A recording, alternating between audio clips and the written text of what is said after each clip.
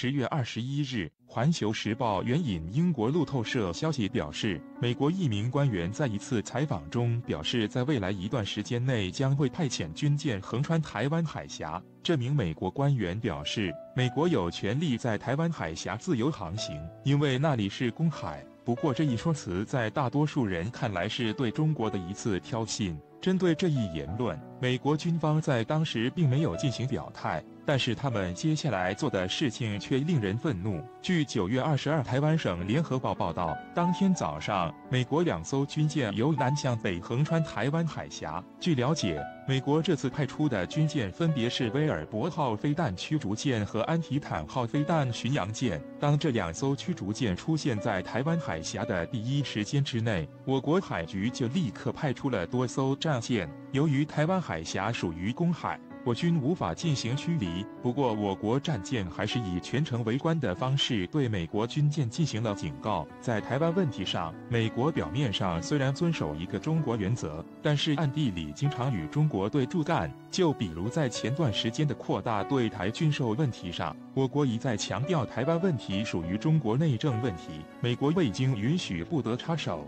但是美国选择了无视。本月15日，美国国防部亚太安全事务助理兰德尔·施里夫在10月初表示，在总统特朗普的推动下，美国正打算加大与台湾地区的军售力度。这一说法遭到了我国的强烈反对。我国表示，台湾属于中国是全世界的共识，任何一个国家都承认这一点。但是美国加大对台军售的举动，明显已经干涉到了中国内政。对此，我国是完全不能接受的。我方督促美方立刻停止这种行为，不要破坏两国关系的正常发展。然而现在，美国军舰再一次越过红线横穿台湾海峡，这显然是一次挑衅。专家认为，美国经常在南海、台湾问题上与中国对着干，其主要目的就是扩大他们在南海、东海地区的影响力。重返亚太是美国目前最重要的战略之一，在他们看来，中国就是这条路上最大的绊脚石，所以他们经常以自由航行为借口在穿越南海和台湾海峡。他们认为这是扩大南海影响力最简单的办法，不过事实上这种方法几乎难以奏效。中国与美国虽然在军事上有竞争，但是在经济上两国的合作也十分紧密。中国拥有全球内最大的市场，如果美国在台湾问题上挑衅中国，那么很可能会使得中国民众产生反美情绪，从而失去这个最大的海外市场。近年来，中国海军的发展飞快，002航母和055大驱纷纷下水海试，我们越来越有能力去维护我国的合法权益，促成两岸统一。当中国拥有更多航母大驱的时候，美国军舰就很难在台湾、南海问题上给我们使坏了。自中国055型驱逐舰密集下水以来，那艘停泊在乌克兰尼古拉耶夫州的万吨级巡洋舰就几乎被人彻底遗忘。但近日，有幸运者得以在俄乌关系极度紧绷的眼下造访尼古拉耶夫造船厂，并为外界带来万吨巡洋舰乌克兰号的最新照片。当然，对中国军迷而言，这艘巡洋舰彻底失去修复价值早已不是新闻。眼下的中国军迷也不会幻想住让乌克兰号大型飞弹巡洋舰去和辽宁、原宁瓦良格同样来自乌克兰号航母重逢，但眼下乌克兰号巡洋舰显然面临住比这更为悲惨的命运。图为乌克兰号大型飞弹巡洋舰，可见其上的红色锈字已达到了几乎覆盖全舰的地步。从1984年开工的乌克兰号巡洋舰，由于苏联末期的经济问题，在1990年暂时停工，而后又随着苏联的解体，在1991年彻底停工。在停工时，曾名共青团员的乌克兰号巡洋舰已经完成了近96%的工程量，这是一直以来外界对此感到最为惋惜的关键。乌克兰人、俄罗斯人乃至中国都曾或多或少有买下这艘巨舰并为己所用的意向，但碍于外部环境和成本问题等多种原因，最终都未能如愿。图为在西太平洋活动的乌斯季诺夫海军元帅号巡洋舰。过去的事情终究已经过去，无论中国或光荣级巡洋舰的本家俄罗斯曾距离这艘巡洋舰多么近，眼下他依旧静静地靠泊在黑海尼古拉耶夫造船厂，这依旧是不争的事实。眼下，乌克兰号大型飞弹巡洋舰已经彻底失去了修复价值。一般来说，这种海军舰船会被拆解为废钢铁回炉，或是作为博物馆永久保存，在土豪手里更有可能被当作拔剑击沉。无论哪个命运都算不上坏。图为破败的乌克兰号巡洋舰，以及同样破败的黑海尼古拉耶夫造船厂，但乌克兰号大型飞弹巡洋舰的最终命运显然要比这些正常选项更坏。换言之，失去修复价值的该舰就好比尸体，而它的命运很有可能就是暴尸荒野，直到海水腐蚀穿它的船体，将它拖入水底为止。这种死不瞑目的情况之所以一定会出现，是因为建造以及保管该舰的黑海尼古拉耶夫造船厂于今年破产，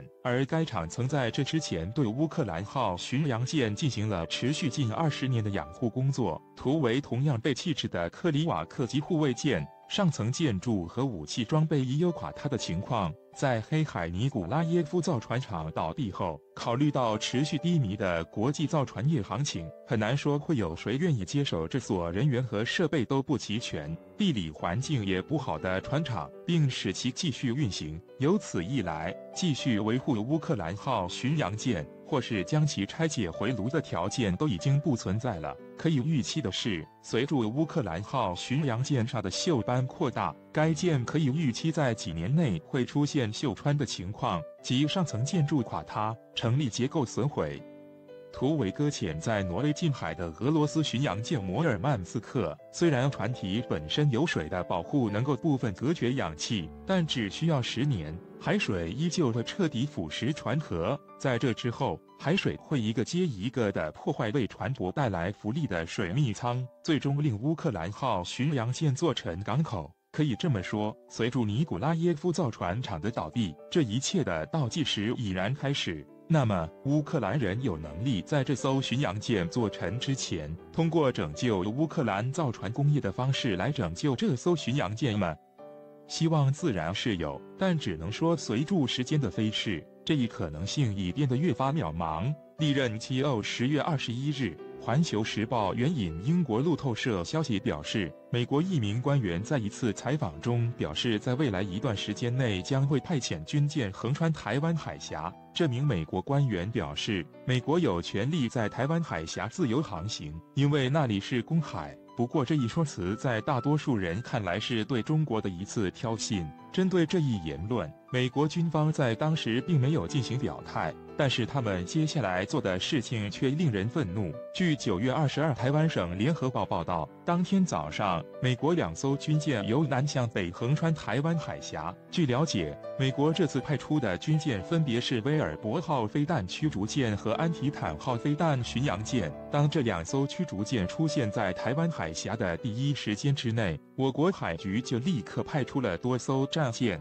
由于台湾海峡属于公海，我军无法进行驱离。不过，我国战舰还是以全程围观的方式对美国军舰进行了警告。在台湾问题上，美国表面上虽然遵守一个中国原则，但是暗地里经常与中国对著干。就比如在前段时间的扩大对台军售问题上，我国一再强调台湾问题属于中国内政问题，美国未经允许不得插手，但是美国选择了无视。本月15日，美国国防部亚太安全事务助理兰德尔·施里弗在10月初表示，在总统特朗普的推动下，美国正打算加大与台湾地区的军售力度。这一说法遭到了我国的强烈反对。我国表示，台湾属于中国是全世界的共识，任何一个国家都承认这一点。但是美国加大对台军售的举动，明显已经干涉到了中国内政。对此，我国是完全不能接受的。我方督促美方立刻停止这种行为，不要破坏两国关系的正常发展。然而现在，美国军舰再一次越过红线横穿台湾海峡，